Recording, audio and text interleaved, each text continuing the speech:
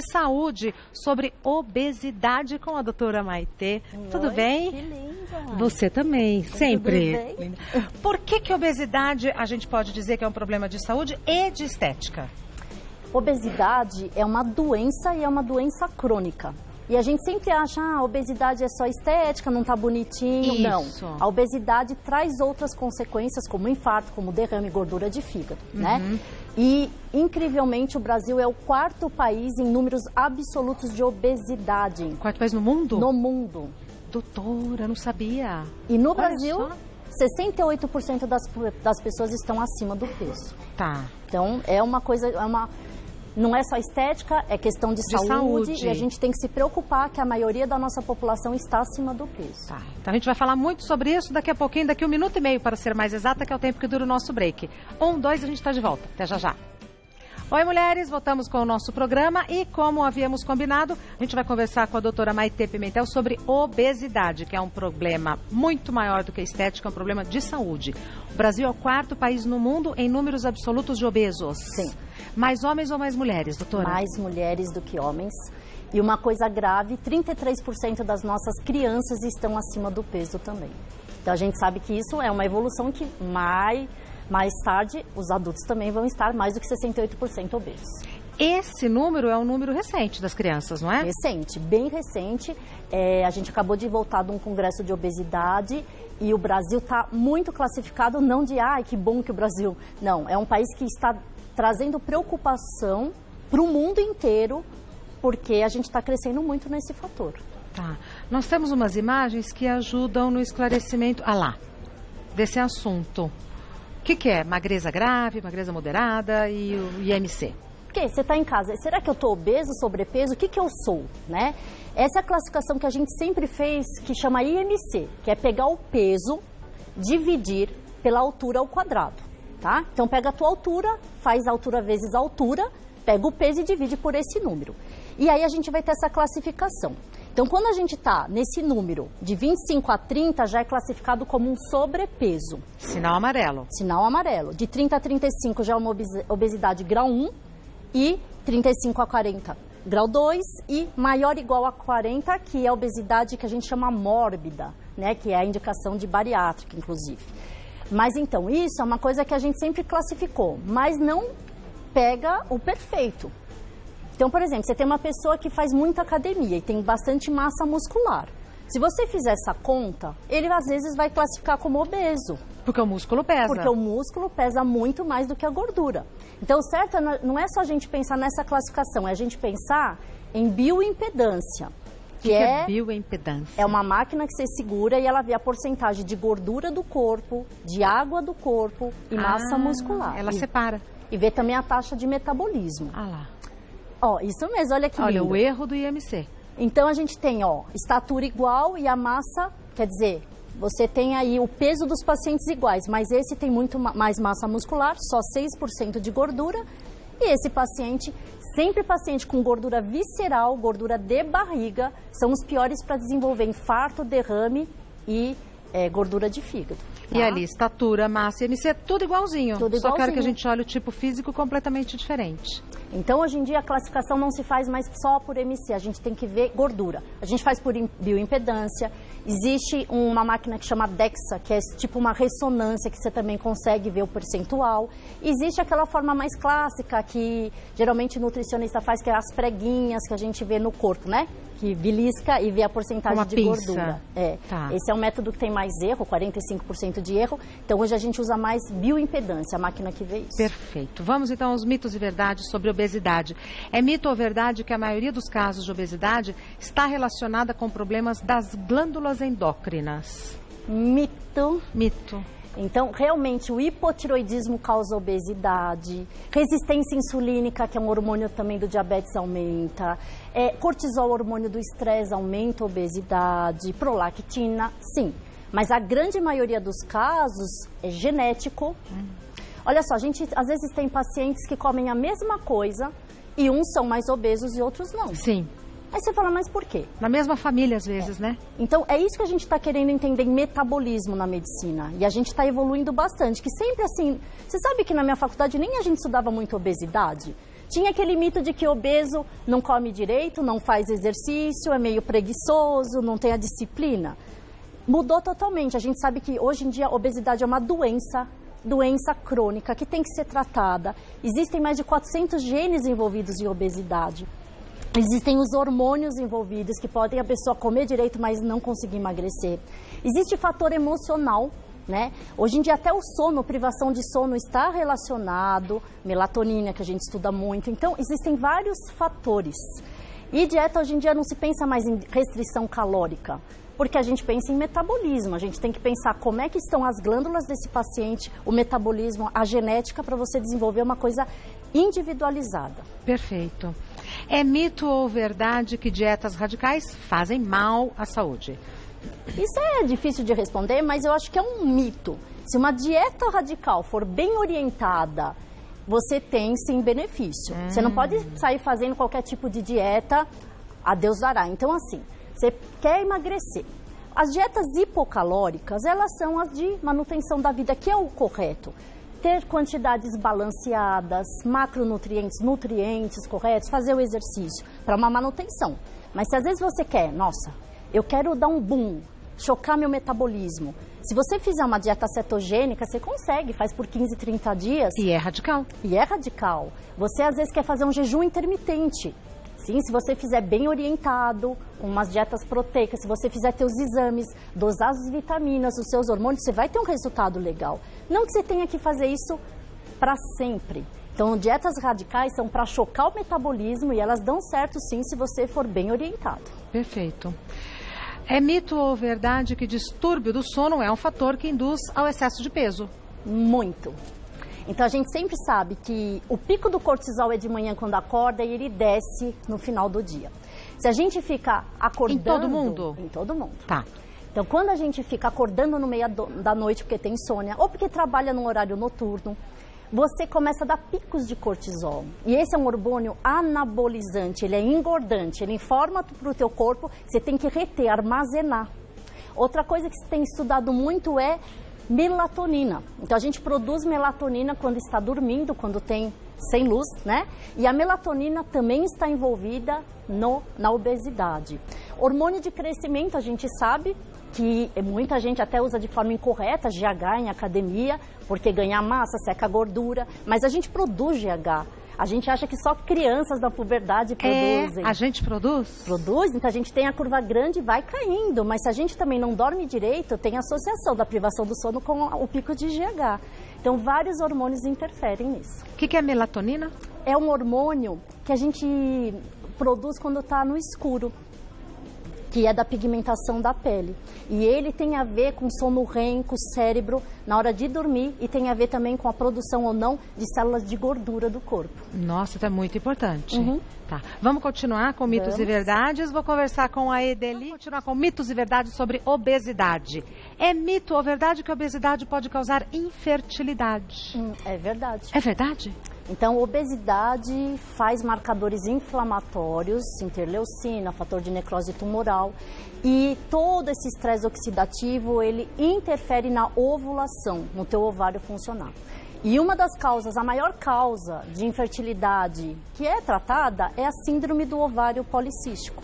Que você tem insulina alta e testosterona alta e teu folículo do ovário não faz direito à sua função. E tem a ver com a obesidade. Você abaixando a obesidade, você diminui a resistência insulínica e você faz com que seu ovário funcione melhor. Então, ovário policístico e obesidade tem fundamento as duas coisas juntas? Sim, e eles causam a infertilidade. É mito ou verdade que quem faz cirurgia bariátrica não volta a engordar? Seria bom, mas isso é mito. É mito. E cada vez mais a preocupação mundial é o reganho de peso. Tanto para a cirurgia bariátrica, quanto para pacientes que fazem dieta, fazem exercício, usam medicações e voltam a engordar, tá? Mais ou menos a incidência agora de reganho de peso é em 4 anos, 60% dos pacientes que fizeram bariátrica voltam a engordar pelo menos 25% a 50% do peso inicial. É muito alto? É muito, tá? E uma vez feita a cirurgia, nem sempre a gente consegue fazer 2 vezes. É muito, muito difícil, porque tem fibrose e tudo. E a gente está pensando muito como que a gente vai fazer com que esses pacientes sustentem o peso, tá? Então, Rê, uma coisa que é muito importante, quando a gente faz uma cirurgia bariátrica, a gente tem uma restrição mecânica desse estômago. E muitas vezes a gente faz uma derivação que a absorção dos nutrientes e dos macronutrientes não acontece. Mas se a pessoa, o estômago é uma borrachinha, se você começa de novo a dilatar essa borrachinha, esse estômago vai crescer e você vai engordar. E outra coisa que as pessoas têm que entender é que obesidade não é só restrição de quantidade ou qualidade, como a gente sempre pensou. Então, quem tem metabolismo lento, mesmo fazendo bariátrica, vai voltar a engordar. Então, as pessoas têm que entender que tem que acelerar o metabolismo, que existem técnicas hoje de remédios para acelerar o metabolismo que não fazem mal à saúde, que existem dietas que conseguem estimular a diminuição da resistência insulínica, que existem vários métodos de fazer atividade física correta, né? Então, por exemplo, eu faço pilates. Isso não é eficiente para uma perda calórica de quem tem metabolismo lento. Então, existe outros benefícios, né? Mas para isso não. Para a coluna, para você enrijecer, é maravilhoso o Pilates. Mas para a perda calórica, a gente tem que ter exercícios de alta intensidade, numa frequência cardíaca rápida e intercalar também com musculação. Porque o ganho de massa muscular, ele acelera o metabolismo. Então, todo mundo que fez bariátrica ou tem metabolismo lento e tem dificuldade para manter o peso, é obrigatório ganhar massa muscular. Então, são várias coisas interessante. Que a gente fala, vou fazer a bariátrica, resolvi minha vida e nunca mais vou engordar. Não, não é isso que acontece. Tá. Vamos para mais um mito, então. É mito ou verdade que compulsão e ansiedade podem alterar o peso? Super, hiper verdade. Olha, eu acho muito interessante como o corpo da gente funciona, né? A gente é uma orquestra de hormônios. Isso. Então, se a gente está nervosa, triste, meio deprê, a gente tem falta de serotonina no cérebro. Aonde tem serotonina? No chocolate, no Ai, que doce. alegria. Então, o cérebro pede isso. Existe uma coisa que chama síndrome da fome oculta. Então, o que é isso? O corpo, quando precisa de algum nutriente, ele vai em busca, informa teu cérebro. Então, quando uma gestante tem um desejo... Eu ia perguntar isso.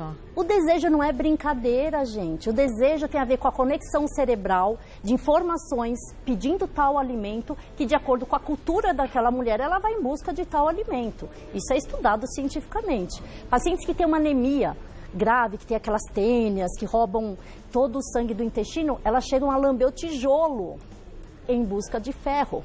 Então, existe até descrição disso na medicina. Quando a gente fala em compulsão, se um paciente tem transtorno de compulsão, que é comer rápido, está assistindo televisão e está comendo, nem pensa, engole rápido, ele tem tendência de ter aquele estômago dilatado, de ter problemas muito mais com carboidrato e refrigerante, são os compulsivos, de comer muito mais no horário noturno, que são as pessoas que trabalham muito, chegam em casa estressadas e dão aquela relaxada. E precisam comer. E aí você até depois se sente culpado. Isso. E a bulimia, ela vem de uma compulsão que você se sente tão culpado que você provoca até vômito, né? Os ansiosos são pessoas que não comem direito, mas elas estão beliscando. Que são pessoas mais com uma tendência de depressão, de mais tristeza. Então, elas buscam na comida a satisfação de ficar feliz, que geralmente tem a falta da serotonina envolvida. Então, hormônios, a parte emocional da gente, a questão de se organizar e ter disciplina são os fatores básicos para a gente manter um bom peso. Que não é fácil, né, doutora Maitê? Não é fácil. E a gente tem cada vez mais oferta de coisas gostosas. Exatamente, a parte boa é essa, né? Não, tem oferta de coisas gostosas e tem oferta de tratamento. Sim, e a gente não tem muito tempo. É tudo corrido, né? Então você sempre está atrasado, você não tem tempo. E aí você vai no mais fácil. O que é o mais fácil e mais rápido? É carboidrato, que é o que mais engorda, né? Nós temos perguntas do pessoal que está em casa, daqui a pouco a gente começa a responder. Da Delínia. Vamos para a primeira pergunta, doutora Maitê. Cíntia pergunta: minha mãe está usando um remédio para depressão e começou a engordar muito. Isso pode ser consequência da medicação? Boa pergunta. Então, existem remédios que podem induzir a obesidade? Sim, alguns antidepressivos abrem mais o apetite. Corticoide Então, quem tem problema de asma, rinite, problemas de dores lombares, coluna, a gente usa muito corticoide, aumenta o peso, incha, retém líquido. Mas aumenta a fome ou retém líquido? Ou os dois? O corticoide retém líquido. Tá. Antidepressivo, ele acaba aumentando o apetite, né? E tá com depressão. Depressão, geralmente, você tá querendo não fazer muita coisa, não faz exercício, você se satisfaz com o alimento porque está em busca de serotonina, que depressão é falta de serotonina cerebral. Então, realmente, sim, é verdade. Pode ser, sim, uma das causas, mas depende de que medicação a gente está usando. Claro. Mais uma pergunta é enviada pela Roberta. A partir de quando devo me preocupar com obesidade numa criança? O tratamento para menores também é feito com remédio? Ótima pergunta, Roberta. Excelente. Ótimo. Tá? Então, hoje a gente falou que a obesidade, 33% das nossas crianças estão acima do peso, tá? A reeducação alimentar familiar é imprescindível. Familiar. Então, não Todo adianta. mundo. Eu falo, eles não são assaltantes de padaria, as crianças, não é? Eu brinco. Porque, na verdade, tem mãe que se ofende no consultório. Ah, você está falando comigo e não com meu filho. Não, eu tenho que reorientar a família, né? Porque as crianças, elas são cópias do que a gente está ensinando, orientando.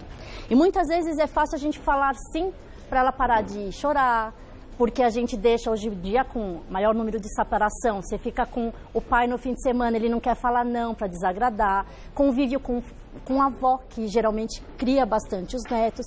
A gente tem que ter essa reorientação. Mas obesidade também tem a ver com genética. Então, se a gente tem genética envolvida, a gente tem que tratar, sim, desde cedo. Obesidade na criança traz baixa estatura final. A criança não vai crescer tudo que a genética proporcionaria para ela.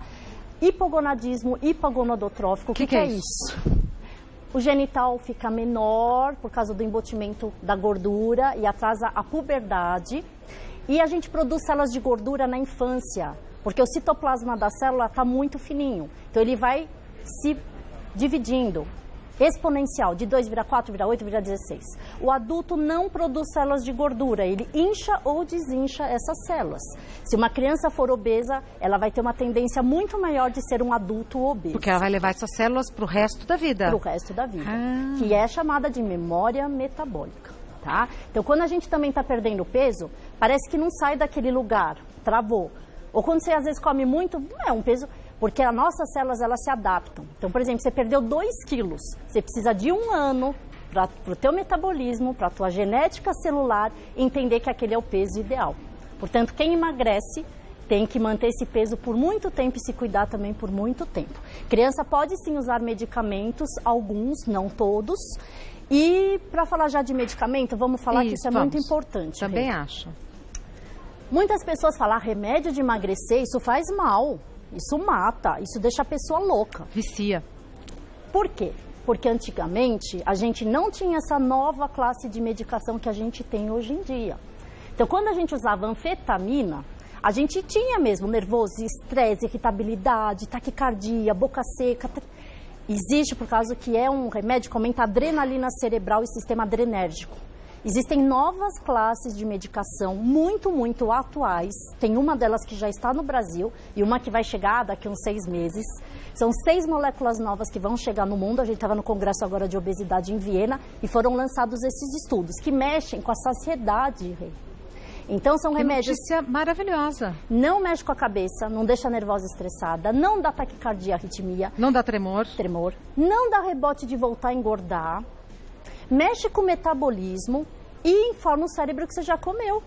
E aí você fica satisfeita por muito tempo, 12 horas, e você vai tentar comer, sabe, parece a princesa, você come um pouquinho e está super satisfeita, sem sofrimento. Então, quando a gente fala remédio de emagrecer faz mal, depende qual remédio que você está usando. Mas muito importante que seja prescrito por um profissional Sim. responsável, o médico, endócrino, não é? Porque você fala, antigamente a gente realmente tinha receio. Você tinha o benefício de emagrecer, mas você tinha outras coisas. É verdade.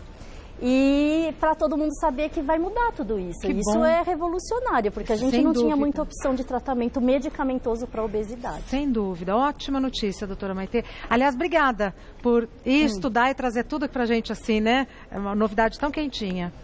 Próxima pergunta enviada pela Kelly. Meu marido e eu comemos a mesma quantidade de comida, só que ele é bem mais magro.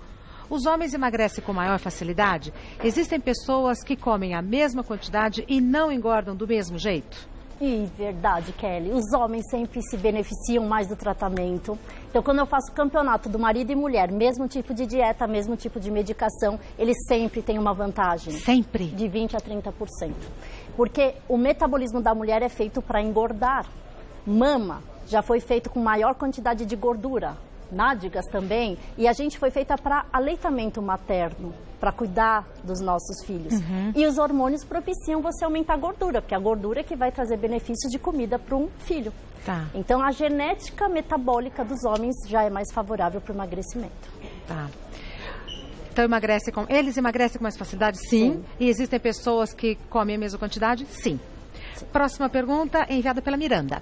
Tenho excesso de peso, descobri que estou grávida. A obesidade pode causar algum problema ao bebê? Quais cuidados devo ter? Antes de mais nada, parabéns, Miranda, né, pela gravidez. Parabéns. Então, Miranda, qual é a meta que uma gestante deve ter para aumentar de peso? De 7 a 9 quilos seria o ideal. A gestação toda? A gestação toda, tá? A obesidade traz principalmente diabetes gestacional, DEG, que é hipertensão na gestação. E isso pode sim trazer malefícios para o bebê. Então, engravidar, quem quiser realmente com saúde, tente emagrecer, ficar com peso já ideal antes de engravidar, porque aí você vai trazer benefícios, não só estético, estético também, tem menos estria, menos cansaço, menos infecção urinária. Mas e no caso dela, que ela já está grávida, ela pode tentar reduzir o peso? Gestante não pode usar medicação. Gestante não pode fazer, por exemplo, dietas cetogênicas. Gestante tem que ter uma dieta hipocalórica e bem assistida. Então, engravidou, vai ter que realmente fazer exercícios moderados, orientados e uma dieta específica para gestação. Ótimo. Mais uma pergunta. Camila, faço pilates 2 vezes por semana e caminhadas diárias há 3 meses, mas não vejo mudança no meu peso. Pode ser que meu metabolismo seja mais devagar? Qual a outra opção para emagrecer de vez? Muito bem, Camila. E todo mundo, tem muita gente que fala, doutora, eu não vou mais fazer exercício porque não adianta. Não resolve nada? Resolve. Então, primeira coisa, se o teu metabolismo está lento, pode ser causa hormonal, pode ser genético. Existe, por exemplo, remédios ou até alimentos que aceleram o metabolismo numa atividade física? Existe. Tem um remédio, porque assim, quando você está fazendo exercício, só depois de 25 minutos, com o coração acelerado, 30% acima do basal, que é batendo forte, que vai começar a perda de gordura. 25 minutos? Tem uns remédios que em 5 minutos você está perdendo peso. Olha. Mas é para quem levanta do sofá e faz atividade física, né? Outra questão, a atividade física, qual é que emagrece? Não existe perda de gordura se você manter uma frequência baixa. Você tem que ativar, acelerar esse coração. Então, você vê tua frequência cardíaca em 1 minuto. 60 batimentos por minuto. Você tem que estar no mínimo 30% acima disso. 6 vezes 3, 18, 60 mais 18, 78, para você começar uma perda calórica. E é exercício contínuo, 45 minutos. Sem parar. Não pode, tipo, eu faço esteira todo dia 20 minutos. Não vai resolver. É preferível 3 vezes por semana, 45 do que picotar a atividade física. E outra coisa que eu falei é a gente sempre ganhar massa muscular, fazer uma musculação associada, porque o músculo acelera o metabolismo e você tirando a gordura do corpo, tira a memória metabólica e evita o rebote de voltar a engordar, que é o mais importante. E é muito frustrante, né? Quando você perde peso e depois você reganha, é muito frustrante. Mais uma pergunta enviada pela Fabiana. Fabiana Ribeiro, eu conheço uma. Será que foi a Fabi que eu conheço que mandou? Bom, vamos lá. Tenho o intestino muito preso desde criança. Essa pode ser a causa da minha dificuldade em perder peso? Nossa, a Fabiana estava no congresso. Gente, o que se falou Jura? de metabolismo intestinal, microbiota. Gente, existem as gut-bactérias.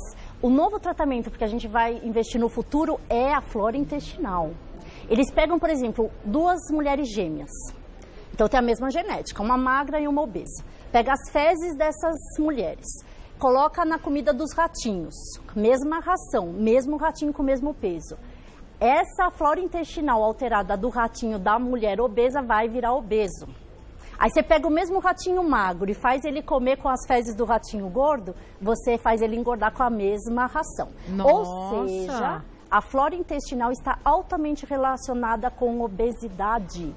que a gente nunca deu muito valor a isso. Então, flora intestinal correta, uso de verduras, muitas frutas que têm a fibra, uso de lactobacilos é super importante para a gente matar essas gut-bactérias ou aumentar as gut-bactérias, matar os enterobacilos. Tem várias coisas que a gente está estudando. Enfim, o futuro vai ser alguma medicação para você melhorar essa flora intestinal. Então a Fabiana acertou em cheio. Acertou em cheio. Então o intestino preso dela pode estar relacionado, sim, com a dificuldade em perder peso. Bastante. E o que ela pode fazer? Então, a priori melhorar essa alimentação com fibras e o uso de lactobacilos é muito importante, né? E a gente tem muito agora no mercado. A gente pode comprar com facilidade em cápsulas. Isso daí não precisa nem de receita médica. Isso que eu ia perguntar. Precisa de prescrição, não? Nem sempre. Mas às vezes a gente faz algumas dosagens para dar a quantidade correta. Eu vi para vender, eu fiquei com receio de falar, não tem orientação nem informação, então pode comprar. É que doses altas pode às vezes dar diarreia. Então. Né? Então você tem que ir aos pouquinhos e ver com os exames do paciente. Para achar qual é a indicação de cada um. Isso. Tá. Olha, que aula! Que aula, doutora Maitê Pimentel é médica, ela tem um site que é endoc.com.br e o Instagram dela é @maite_endócrino. Lembrando que Maitê é com TH. Eu vi umas fotos suas em Viena. Você viu? Tava estudando. De novo, muito obrigada por trazer tudo aqui pra gente, Obrigada, eu viu? sempre, viu? É maravilhoso te receber. Vai com Deus. Bom final de tarde, viu?